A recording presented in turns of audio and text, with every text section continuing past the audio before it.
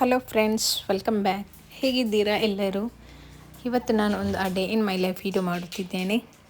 ಬನ್ನಿ ನೋಡುವ.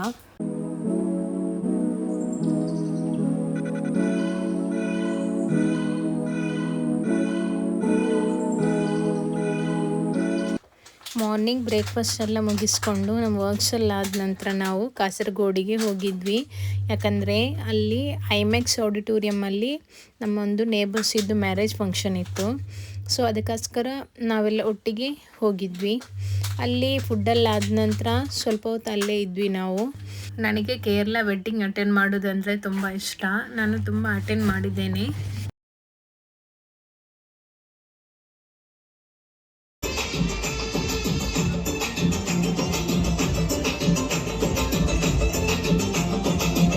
ಅದಾದ ನಂತರ ಹೇಗೋ ನಾವು ಕಾಸರಗೋಡಿಗೆ ಬಂದಿದ್ವಿ ಅಲ್ವಾ. ಕಾಸರಗೋಡಿನ ಮಾಲಿಕುದ್ದೀನಾರ್ ಮಸ್ಜಿದ್ಗೆ ಹೋಗುವ ಅಂತ ಪ್ಲ್ಯಾನ್ ಮಾಡಿದ್ವಿ. ಸೊ ಅಲ್ಲಿಂದ ನೇರವಾಗಿ ನಾವು ಅಲ್ಲಿಗೆ ಹೋಗಿದ್ವಿ. ಇತಿಹಾಸ ಪ್ರಸಿದ್ಧವಾದ ಒಂದು ಮಸ್ಜಿದ್ ಆಗಿದೆ ಮಾಲಿಕ್ ಇಬ್ನ್ ದೀನಾರ್.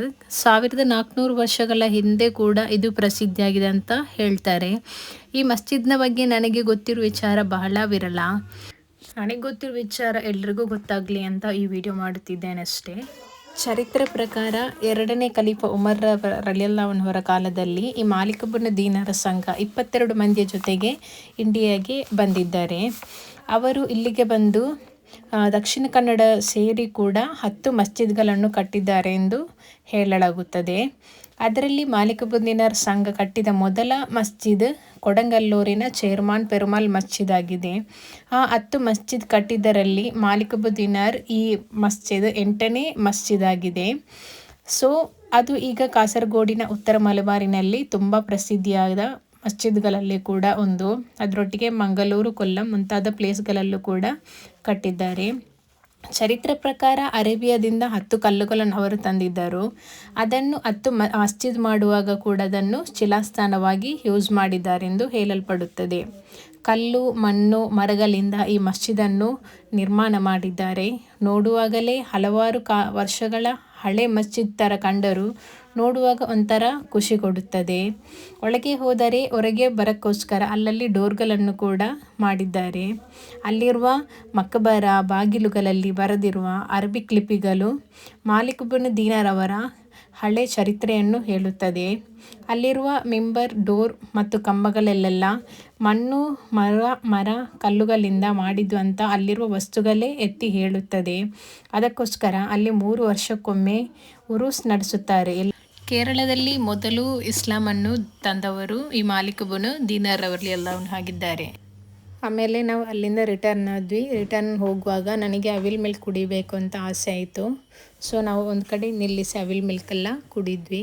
ನನ್ನ ಮಗಳು ನಿದ್ದೆಯಲ್ಲಿದ್ಲು. ಅವಳೆದ್ದ ತಕ್ಷಣ ಅವಳಿಗೆ ಶುಗರ್ ಕೇನ್ ಜ್ಯೂಸ್ ಎಲ್ಲ ಕೊಟ್ಟು ಅವಳು ಕೂಡ ಅದನ್ನು ತುಂಬ ಎಂಜಾಯ್ ಮಾಡಿ ಕುಡಿತಿದ್ದೆ ಅಲ್ಲಿ ನೋಡಿ.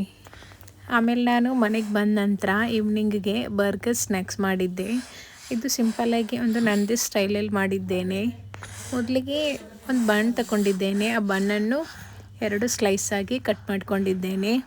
ಇವಾಗ ಇದಕ್ಕೆ ಮಯೋನೀಸನ್ನು ಹಾಕ್ತಿದ್ದೇನೆ. ಇದು ರೆಡಿಮೇಡ್ ಮಯೋನೀಸ್ ಹಾಕಿದ ನಂತರ ಒಂದು 2 ಟೊಮ್ಯಾಟೊ ಆ್ಯಂಡ್ 2 ಆನಿಯನ್ ಕೂಡ ಇದರೊಟ್ಟಿಗೆ ಹಾಕ್ತಿದ್ದೇನೆ. ಇವಾಗ ರೆಡ್ ಮಯೋನೀಸ್ ಇದೆಯಲ್ವ ಅದನ್ನು ಕೂಡ ಆ್ಯಡ್ ಮಾಡ್ತಿದ್ದೇನೆ ಆನಿಯನ್ನ ಮೇಲೆ. ಸೂಪರಾಗಿ ಹಾಕಿದರೆ ಆಯಿತು. ಇದಕ್ಕೆ ಆ್ಯಕ್ಚುಲಿ ಬ್ರೂಸ್ಟೆಡ್ ಚಿಕನ್ ಹಾಕ್ತಾರೆ. ನಾನು ಟೈಮ್ ಇರಲಿಲ್ಲ ಅಂತ ಜಸ್ಟ್ ಚಿಕನ್ ಫ್ರೈ ಮಾಡಿ ಹಾಕಿದ್ದೆ. ಇವಾಗ ಅದರ ಮೇಲೆ ಚೀಸ್ ಹಾಕ್ತಿದ್ದೇನೆ. ಚೀಸ್ ಈಗ ಹಾಕಿದರೆ ತುಂಬ ಟೇಸ್ಟಿಯಾಗಿರುತ್ತೆ. ಅದಾದಮೇಲೆ ಅದರ ಮೇಲೆ ಕೂಡ ನೆಕ್ಸ್ಟ್ ಸ್ಟೆಪ್ಪಾಗಿ ಆನಿಯನ್, ಆಮೇಲೆ ಬೇಕಾದರೆ ಸ್ವಲ್ಪ ಟೊಮ್ಯಾಟೊ ಕೂಡ ಹಾಕ್ಬೋದು, ಆಪ್ಷನಲ್. ಅದನ್ನು ಕೂಡ ಹಾಕ್ತಿದ್ದೇನೆ. ಇದಾದ ನಂತರ ಇವಾಗ ನೋಡಿ ಈ ಥರ ರೆಡಿಯಾಗಿದೆ. ಸೈಡಲ್ಲಿ ಸ್ವಲ್ಪ ಬನ್ ಕಟ್ಟಾಗಿ ಹೋಗಿದೆ. ಸ್ವಲ್ಪ ಇವಾಗ ಇದನ್ನು ನಾನು ಬಿಸಿ ಮಾಡ್ತಿದ್ದೇನೆ. ಯಾಕಂದರೆ ಬಿಸಿ ಮಾಡಿದರೆ ಸ್ವಲ್ಪ ಟೇಸ್ಟಿಯಾಗಿರುತ್ತದಲ್ವ. ತುಂಬ ಟೇಸ್ಟಿಯಾಗಿತ್ತು. ಸೊ ಇವಿಷ್ಟು. ನಿಮಗೆ ವಿಡಿಯೋ ಇಷ್ಟ ಆದರೆ ಆದಷ್ಟು ಶೇರ್ ಮಾಡಿ. Thank you. ಬಾಯ್.